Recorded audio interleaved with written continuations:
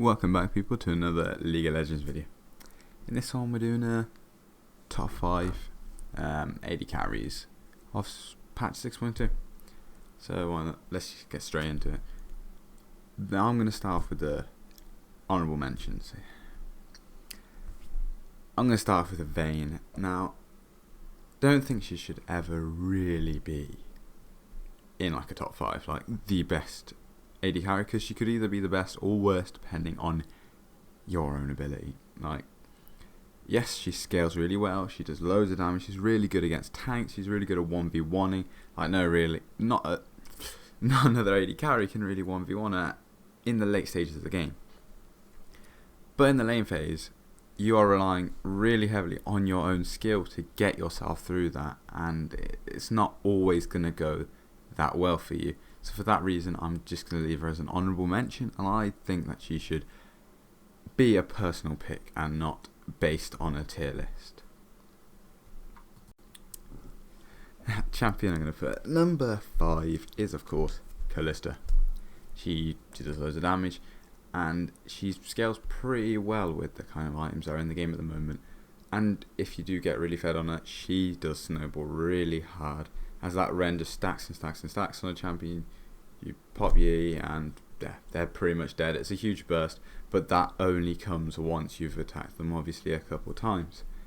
The other downsides to her are her passive is kind of a double-edged sword, and you can either be a really good player as her, and no problem, you can just get out of any situation. So if you get ganked, you can get out of that gank, but obviously when the minions go, you kind of lost that ability. And she has no point and click gap closer that, for example, someone jumps on her, if there's no minions and you kind of get out of the distance of them, you haven't got anything else to get that extra distance away. That immediate escape is what she lacks, and that also means that when she's behind, she doesn't really do anything. So that's why I'm putting her at number 5.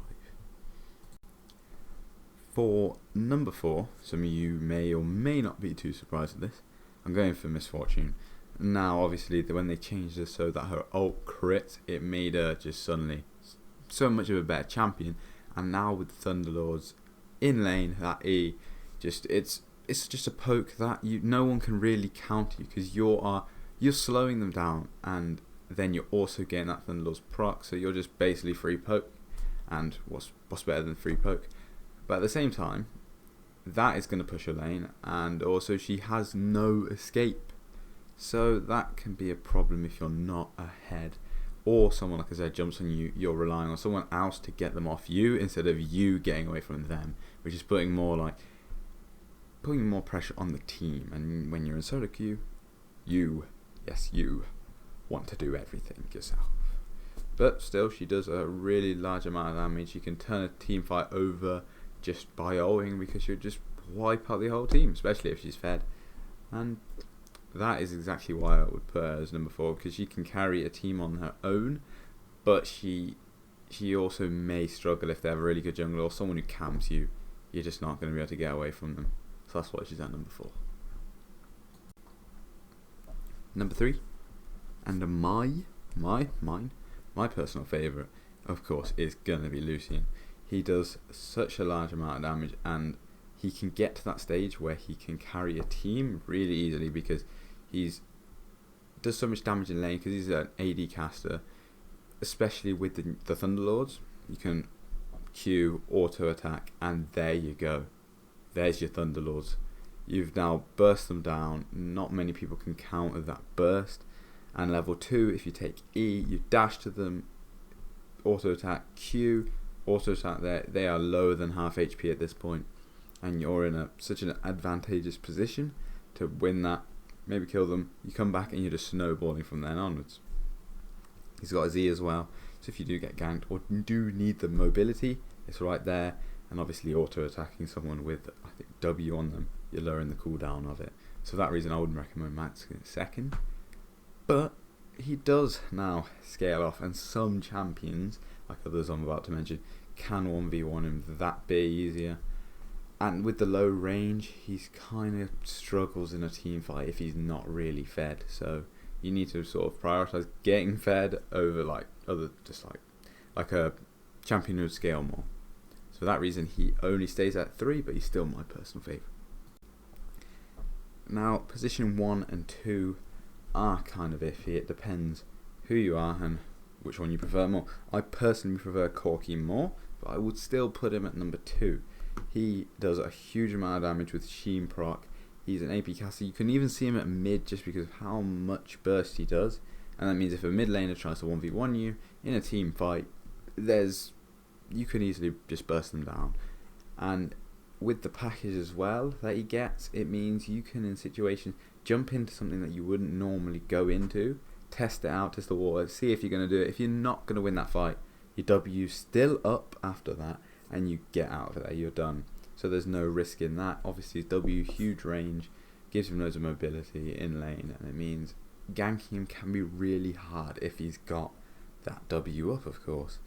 The only downside I can think really with Corki is he does sometimes take a bit of time to get going, and if you're new to him, maybe you might just want to farm in lane, but there's nothing wrong with that because he'll still scale up and just become just unstoppable. Because although he's got that low attack range, he's got spells like his ult and his Q, that long range, just destroys another team in a team up. That's why I would put him at number 2. Now this may be no surprise to you now that you've seen the other champions. Ezreal, he's definitely in my eyes the number 1 spot. Although I personally don't play him that much, he's still just such an unstoppable champion. He's got that E, so he's got huge mobility. It's like having a flash up every, I don't know, whatever it is, like 12 seconds or something like that. You're having incredible mobility, so you can't be ganked really easily anyway. I mean, you could make mistakes and end up dying in a gank, but it's a lot harder.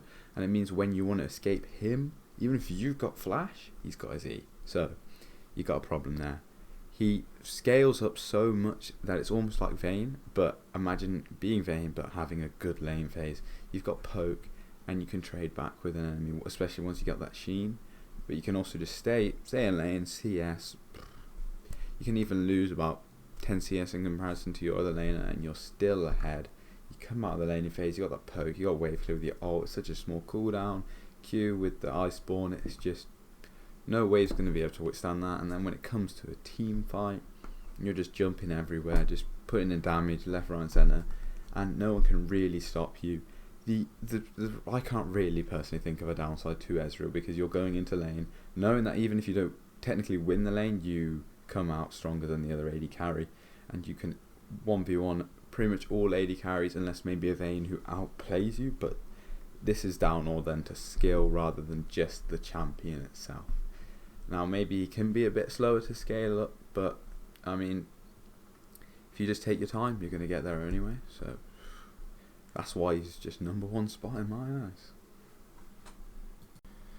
Of course, if you enjoyed the video, be sure to leave a like rating, subscribe, and give me any feedback in the comment section about how you would improve this or what your opinion is on the tier list.